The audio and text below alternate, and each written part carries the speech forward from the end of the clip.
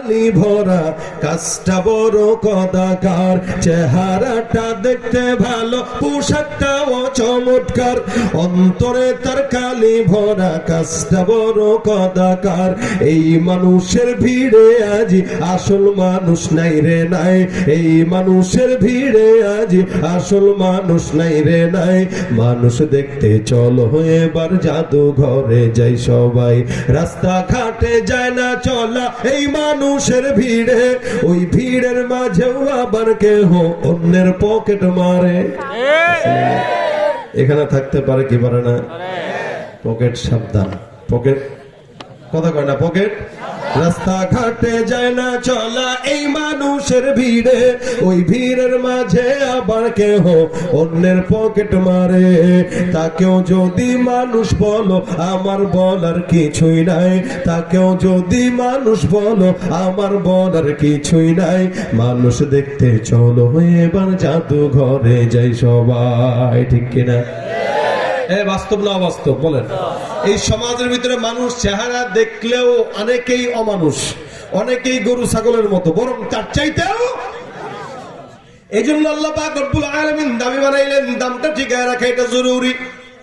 আল্লাহ বলেন জেনে রাখো, যদি আল্লাহর বন্ধু হও জমিনেও কোনো ভয় নাই, আখিরাতেও কোনো ভয় নাই। এই দুনিয়ার মধ্যে অনেক বান্দারা আছে, অনেক বান্দারা আসবে, সবাই তো আল্লাহর বন্ধু হবে না, কিন্তু বন্ধু হওয়া অসম্ভবের কিছু না।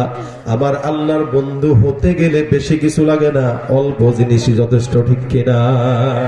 আচ্ছা, এই যে আপনারা এখানে বসলেন, আসলেন, আমি মনে করি এই প্রতিকূল আবহাওয়ার মধ্যেও সবকিছুর মহব্বত ত্যাগ করে যারা বসছেন, এদেরকে আল্লাহ পাক কবুল করছেন।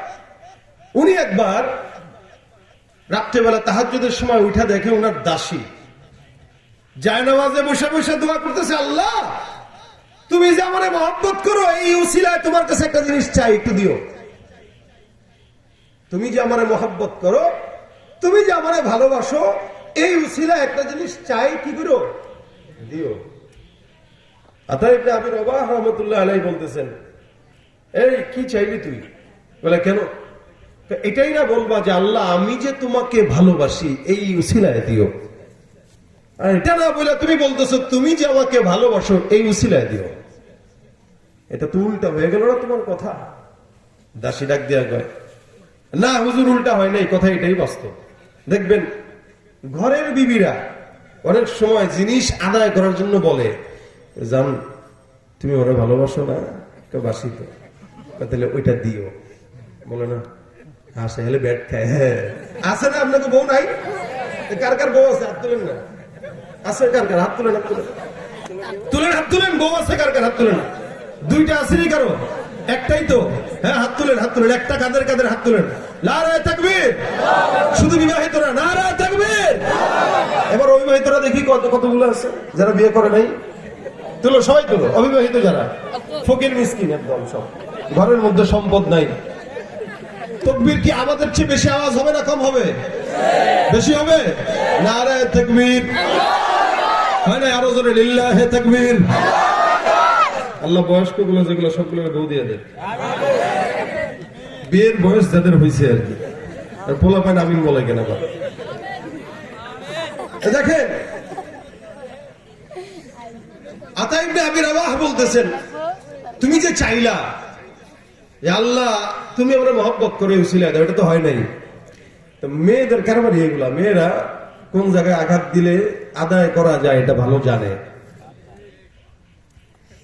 এই দাসী বলতেছে, হুজুর আমি যে বলছি আল্লাহ তুমি আমার ভালোবাসো, আচ্ছা বলেন তো আমার আশেপাশে বাসা বাড়ি যাদের আছে এরা কি সবাই সজাগ? বলে না, সবাই তো ঘুমন্ত। সব ঘুমন্ত হাজার হাজার মানুষের মাঝখানে আমার মতো অবলা একটা নারীকে রাত ৩টার দিকে কান ধরে উঠায় যায় নামাজে বসাইছে, সে যদি ভালো নাই বাসত বসাইলো কেন? কথাটা ঠিক আছে না? আমি তারা ভালোবাসি কিনা না বাসি তো পরের সাবজেক্ট। আগে তো সে আমার ভালোবাসছে, যার কারণে আছে। সে ভালোবাসছে বলেই তো আপনাদেরকে এখানে বসাইছে। কথা কয় না? আমার গতকাল রাত্রি মেসেজ দিয়ে হুজুর প্রোগ্রাম হবে না, আমি কই যাক, না হইলে আর কি করার, বৃষ্টি তো। আবার সন্ধ্যার দিকে ফোন দিয়ে বলতেছে হুজুর প্রোগ্রাম হবে। এখন আজকে আবার পাশে আর একটা মাহফিল ছিল, ওইটাও তো হচ্ছে না, কিন্তু আপনাদেরকে আল্লাহ কান ধরে আনাইছে, বসাইছে। তা বলেন তো, আপনারা বেশি মহব্বত করেন না আল্লাহ বেশি মহব্বত করেন? তাহলে তো চাইতেই পারি যে আল্লাহ তুমি যে আমাকে ভালোবাসো, এই উসিলা আমাদেরকে এটা দিও। চাইতে পারি না? আমি দোয়া শিখেন, কেমনে দোয়া করা লাগে, দোয়া শিখেন। এভাবে দোয়া করবেন যে মালিক, যে মালিক তুমি ভালোবেসে রাত 3টার দিকে উঠাইতে পারছো, ওই মালিক এটা চাইতেছি, দিবা কিন্তু। কি বলেন, ঠিক না? আবদার করে চাইলে মাও তো ফেরায় না, সেখানে আল্লাহ তো অনেক দূরের কথা, আল্লাহ ফেরাবে? আতা ইবনে আবি রাবাহের দাসী বলতেছে এই কথা, যে আমাকে আমার মাওলায় ভালো না বাসলে তো এখানে বসাইতো না, ভালোবাসছে বিদায় বসাইছে। এই জন্য আমি আল্লাহর কাছে আল্লাহর ভালোবাসার বিনিময় চাইছি, যে তুমি যে ভালোবাসো না, তুমি আমার ভালোবাসা মজা পাইছো, দেখেই তো ভালোবাসছো, তাহলে এটা দাও। সুবহানাল্লাহ। হ্যাঁ, চাওয়া লাগে, ভালোবাসার অজুহাত দিয়ে চাবেন। আল বিদায়া ওয়ান নিহায়া কিতাবে একটা চমৎকার ঘটনা আছে।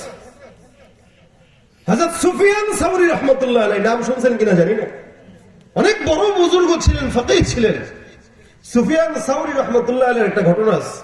উনি জালেম বাদশার বিরুদ্ধে কথা বলার কারণে আইন পাস হয়েছে, ফাঁসি হয়ে যাবে, ফাঁসি।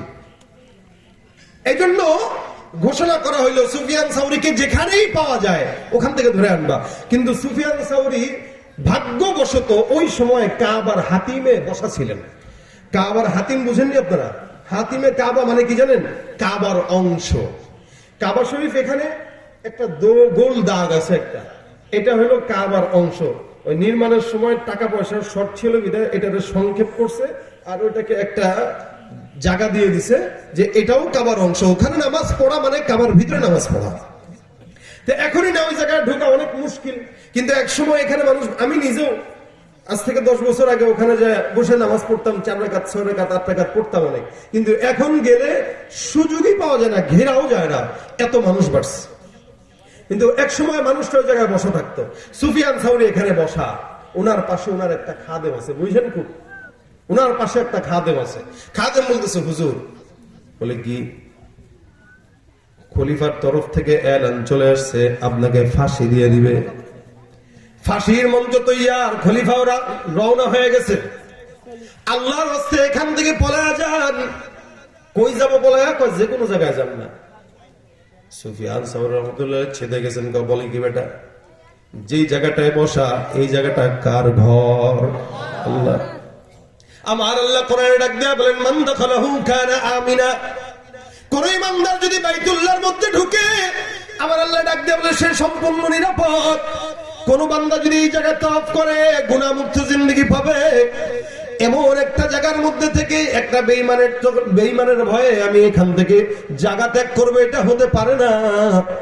সুফিয়ান সাউরি রাহমাতুল্লাহ আলাইহি দাঁড়ায় গেলেন, ডাক দিয়া খাদেমকে বলতেছেন, আর একবারের জন্য পলানোর কথা বলবো না, কারণ আমি যেই জায়গায় আছি এই জায়গাটা একটা মুসলমানের জন্য সবচাইতে বড় নিরাপদের জায়গা। সুবহানাল্লাহ।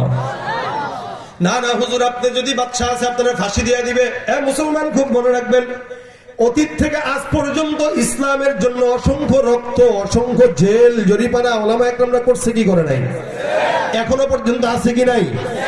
ইসলাম এভাবেই এসেছে, হাজারো রক্তের বিনিময়ে যেমন ইসলামের বিজয় হয়, এরকম ভাবে মুগ্ধ আর আবু সাঈদের রক্তের উপর দিয়ে বাংলার নতুন স্বাধীনতা অর্জন হয়েছে। ঠিক কি না?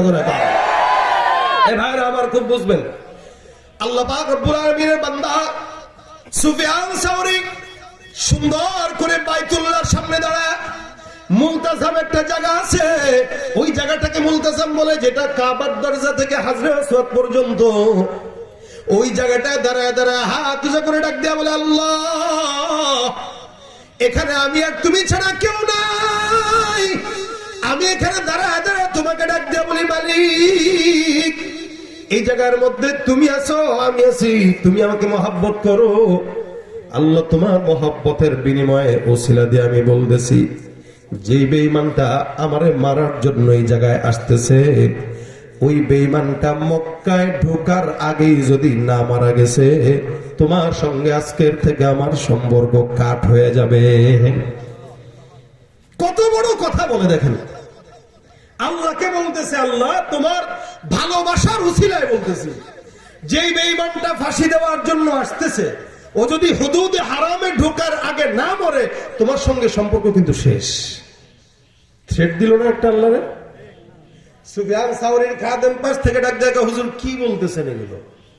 এরকম বড় কথা, আল্লাহর কি ঠেকা পড়ছে নাকি আপনার সঙ্গে সম্পর্ক রাখবে? সুফিয়ান সাওরী ডাক দেয়া বলে, হা হা, মাওলার ঠেকা পড়ছে বলেই তো আমারে বানাইছে, নয়তো জিন্নাত থাকতো, ফেরেশতা থাকতো, আমি থাকতাম না। এই জমিনের সর্বপ্রথম আল্লাহ ফেরেশতাদেরকে পাঠাইলেন, তারপরে জিন্নাতকে পাঠাইলেন। জিন্নাতটা মারামারি লাগলো, আল্লাহ পাক ফেরেশতাদের মাধ্যমে দুনিয়া থেকে বিতাড়িত করে দিলেন।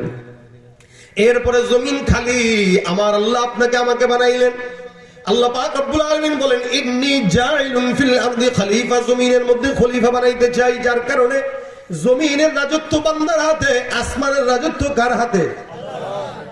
সারা দুনিয়ার মালিক, এই জমিনের মালিক বান্দাদের কাছে দিয়ে দিল। জায়গার মালিক বান্দারা, নদীর মালিক, সমুদ্রের সীমার মালিক বান্দারা, গরু ছাগলের মালিক বান্দারা। আসমানের তারকার মালিক কে? সূর্যের মালিক কে? আসমানের দায়িত্ব আল্লাহ, জমিনের দায়িত্ব বান্দার। আমার আল্লাহ পাক রব্বুল আলামিন জমিনে বান্দাকে খেলাফত প্রতিষ্ঠা করার জন্য দায়িত্ব দিয়ে দিলেন। বান্দা জমিনে আসলো, আল্লাহ পাক বলেন, মা খালাকতুল জিন্না ওয়াল ইনসা ইল্লা লিয়াবুদুন। সারা জমিনের মধ্যে আমি আল্লাহ পাক জিন্নাতকে, ইনসানকে ইবাদতের জন্য বানাইলাম। হে বান্দা, ইবাদত করবা, আমি আল্লাহ তোমার গোলাম হয়ে যাব। অনেক সময় এরকম হয়, বাবা তার সন্তানকে জন্ম দেয়, উল্টা বাবা সন্তানরে আব্বা বলে ডাক দেয়, কি ডাক দেয় না? আমি আমার সন্তানরে আব্বা বলে ডাক দিলাম কেন? সব সন্তানরে কিন্তু আব্বা ডাকে না। 5টা সন্তানে একটা হলো বাদাইম্মা, এটারে কয় বাদাইম্মা, একটা বেয়াদব এটারে কয় কি ফাজিল, আর একটা যেটা ভালো ওইটারে বলে আব্বা, ঠিক না? বান্দা তো অনেক, আল্লাহ তো সবার গোলামি করে না। কিছু কিছুরে আল্লাহ পাক নাফরমান বলছেন, আর কিছু কিছুর বেলায় বলছেন, যেই বান্দা আমার গোলামি করবে, আসমান জমিন পাহাড় পর্বত, আমি আল্লাহ আমার ফেরেশতা সবাই মিলে তার গোলামি করা শুরু করে দেবে। যেমন ওই যে সন্তান জন্ম দেওয়ার পরে বাবা তার সন্তানকে বাবা ডাকে, উল্টা হয়ে গেছে। সন্তানই না বাপরে আব্বা ডাকবে, কিন্তু বাবা সন্তানকে আব্বা ডাকতেছে। বলে কেন? বলে এই সন্তানটা আমার দিল কেড়ে নিছে, যার কারণে আমি তার আব্বা নাই, সে আমার আব্বা হয়ে গেছে। আল্লাহ ঠিক বলে, এই বান্দা আমার দিল কেড়ে নিছে, যার কারণে আমি আর তার আল্লাহ তো আছি, কিন্তু এখন সে নিজে আমার মুনিবের মতো হয়ে গেছে, আমি তার গোলাম হয়ে গেছি। সুবহানাল্লাহ। যার কারণে হাদিসে কুদসির ভিতরে আমার আল্লাহ পাক ডাক দিয়া বলেন, কুনতু সামাহুল্লাযী ইয়াসমাউ বিহা ওয়া বাসারুহুল্লাযী ইবসিরু বিহা ওয়া রিজলুহুল্লাতী ইয়ামশি বিহা ওয়া ইয়াদুহুল্লাতী ইয়াবতিশু বিহা। বান্দা যখন আমি আল্লাহর হয়, আমার আল্লাহ ডাক দিয়া বলে, বান্দার চক্ষু বান্দার থাকে না, বান্দার হাত বান্দার থাকে না, বান্দার জবান বান্দার থাকে না। আমি আল্লাহ কুদরতি ভাবে বান্দার হাত পাও নাক আর কানে রূপান্তরিত হয়ে যায়। সুবহানাল্লাহ। এ মুসলমান, এবার আল্লাহ ওয়ালা বান্দা ডাক দেয়া বলে, আল্লাহ তোমার মহব্বতের উসিলা আমি চাইতেছি ওই বান্দারে এখান থেকে মেরে ফেলো। আমি কোন শত্রুকে মক্কার ভিতরে দেখতে চাই না, কোন বেঈমানকে মক্কার হুদুদে হারামের মধ্যে দেখতে চাই না। বারবার আসমানের দিকে তাকায় তাকায় কান্দে আর বলে, আল্লাহ জমিনের মালিক, আসমানের মালিক, তোমার সঙ্গে আমার সম্পর্ক, এই উসিলায় তুমি আমার দোয়া কবুল করে নাও। একদিন দুই দিন এভাবে করে চাইতে আছে, ওদিক থেকে রওনা হয়ে গেছে। সুফিয়ান সাওরীর অবস্থা দেখতেছে ওনার খাদেম। হঠাৎ করে দূর থেকে একটা ঘোষণা চলে আসলো, এ মক্কাবাসী শুনে নাও, ওই মক্কার খলিফা যিনি সুফিয়ান সাওরীকে হত্যা করার জন্য রওনা হয়ে গেছে, ঘোড়ার পিঠ থেকে পড়ে ঘোড়ার পায়ের নিচে পদদলিত হয়ে জমিন থেকে বিদায় হয়ে গেছে। সুবহানাল্লাহ। আওয়াজ দিয়ে বলেন সুবহানাল্লাহ। এই দোয়া করতেছে কোথায়? মক্কায়, আল্লাহর ঘরের সামনে মুলতাজিমে দাঁড়ায়া শত্রু রেকর্ড পড়তেছে সেই তায়েফের জমিনের মধ্যে। মনে রাখবেন, উম্মতের ওলি বুজুর্গ যারা, আল্লাহওয়ালা যারা, আল্লাহর পছন্দি বান্দা যারা, ওদের কাউকে হত্যা করার জন্য জায়গায় যাওয়া লাগে না। তাহাজ্জুদের যায় নামাজের বিছানায় বসে বসে এক একটা নাস্তিক বেঈমানের জন্য আল্লাহর দরবারে হাতটা তুলে দোয়া করবে, আর আমেরিকার মাটিতে বসে এক একটা নাস্তিকের পতন হয়ে যাবে, এক এক নাস্তিকের পতন হয়ে যাবে। ঠিক কিনা জানেন? এটা হচ্ছে আল্লাহ পাক রব্বুল আলামিন আর ওলির মধ্যে গভীর সম্পর্কের আলামত, যার কারণে ওলিরা চাইতে দেরি, আল্লাহ দিতে দেরি করে না, চাইতে দেরি দিতে দেরি করে না। এই জন্য আল্লাহ পাক রব্বুল আলামিন বলেন, আলা ইন্না আউলিয়া আল্লাহ লা খাউফুন আলাইহিম ওয়া লা হুম ইয়াহজানুন। সবচেয়ে কাছের বন্ধু হওয়ার যোগ্যতা কার? কথা বলেন কার? ভাইরা আমার, এই জন্য আল্লাহর সঙ্গে বন্ধুত্ব যদি কোনো বান্দা করে, আল্লাহ পাক রব্বুল আলামিন বলেন, লাহুমুল বুশরা ফিল হায়াতিদ দুনিয়া ওয়া ফিল আখিরাহ, লাহুমুল বুশরা ফিল হায়াতিদ দুনিয়া ওয়া ফিল আখিরাহ।